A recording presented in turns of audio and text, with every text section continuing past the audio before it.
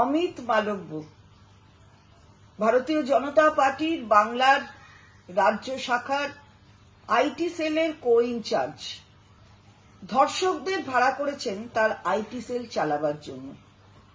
অবশ্য এটাই ভারতীয় জনতা পার্টির সংস্কৃতি। উত্তরপ্রদেশের ঘটনা প্রবাহই তো তাই প্রমাণ করে। কিন্তু বাংলায় এসব চলবে না।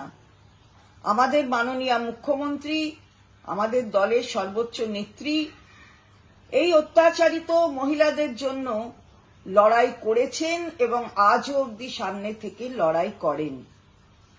আচ্ছা, আমরা দেখছি যে এ বিষয়ে অমিত মালভিয়া নীরব কেন? কোনো কথা বলেন না কেন?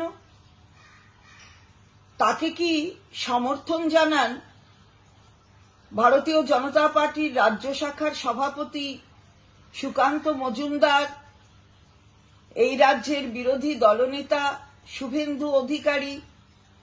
সবাই মিলে ধর্ষকদের কি সমর্থন জানান?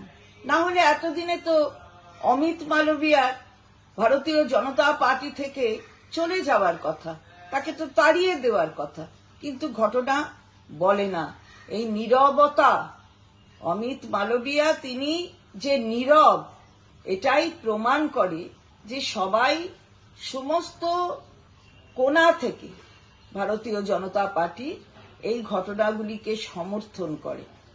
আর অমিত মালভিয়া এমন একজন লোক যে তিনি নিজে বিভিন্ন টুইটের মাধ্যমে বিভিন্ন জনের কৈফিয়ত চেয়ে বেড়ান। তাহলে ব্যাপারটা কি বোঝাই যাচ্ছে? আমরা এটাই বলতে চাই যে বিলকিস বানুর কেসটাই ভাবুন না কেন। বিলকিস বানুর ধর্ষকদের সমর্থন জানিয়েছিল ভারতীয় জনতা পার্টি। তারপর কি হলো? আবার জেলে ঢুকতে হচ্ছে।